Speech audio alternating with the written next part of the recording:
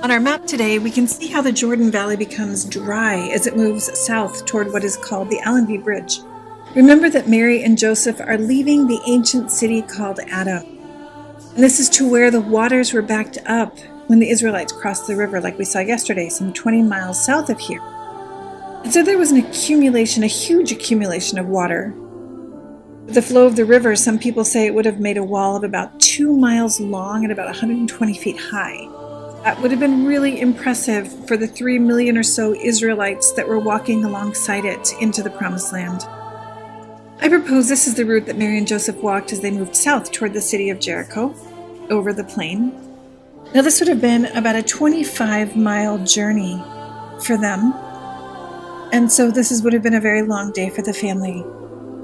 It would take about 8 hours for them to reach their goal, which would be to arrive to Jericho for their 5th night on this journey to Bethlehem. On their way south, Mary and Joseph would have passed in front of the city of Gilgal on the other side of the Jordan River. And Gilgal in the Bible actually refers to several locations. It's actually mentioned about 39 times. But the key location is in the book of Joshua, as the place where the Israelites camped after crossing the Jordan River, so it makes sense that it's right here. Gilgal in Hebrew actually means circle of stones, so that's what they built according to the book of Joshua. Mary and Joseph would probably have crossed the river near what is today called the Allenby Bridge. It's just north of what you can see on the map of a place called Bethany, and that would be Bethany beyond the Jordan. In Arabic, it's called al-Maqtat, which means baptism or immersion. And like we saw yesterday, that's the traditional site of the baptism of Jesus by John the Baptist, and it's been venerated as such for 2,000 years.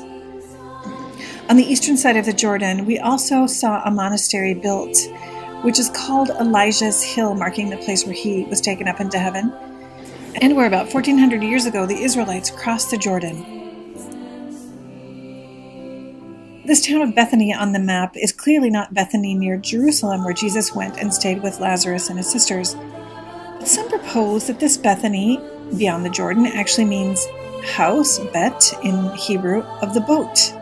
Bethany was probably a little village on the riverbank that was not only a ford, but a place of refreshment for weary pilgrims who were traveling between Perea and Judea.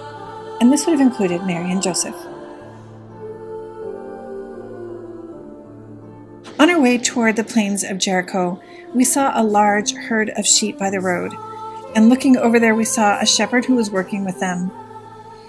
And so we decided to stop and see if he would let us come near his sheep and talk to him. But just watching him, it reminded me of what Carol Houselander speaks about in her book on Advent. And she says that work is a type of Advent. In fact, it's the most common and daily way the Lord can come into the world. It is a time of waiting. Carol Houselander actually says that there are Advents in the details of our life, details of immense importance, of which life is made up. And first of all, she says it's work, just like the work of this shepherd. She says, unfortunately, production no longer means a man making something that he has conceived in his own heart. No man should ever make anything except in the spirit in which a woman bears a child, in the spirit in which Christ was formed in Mary's womb, in the love with which God created the world. The integral goodness and fittingness of the work of a man's hands or mind is sacred. He must have it in his heart to make it. His imagination must see it and its purpose before it exists in material. His whole life must be disciplined to gain and keep the skill to make it. He must, having conceived it, allow it to grow within him until at last it flows from him and is woven of his life and is the visible proof that he has uttered his fiat, be it done unto me according to thy word. Yes, according to the will of God, as an expression of the love of God.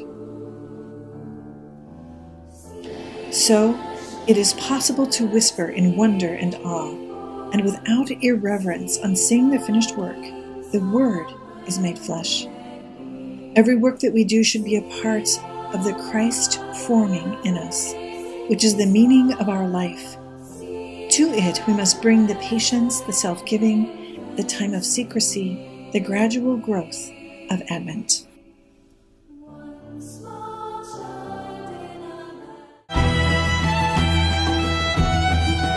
Thank you for joining us today.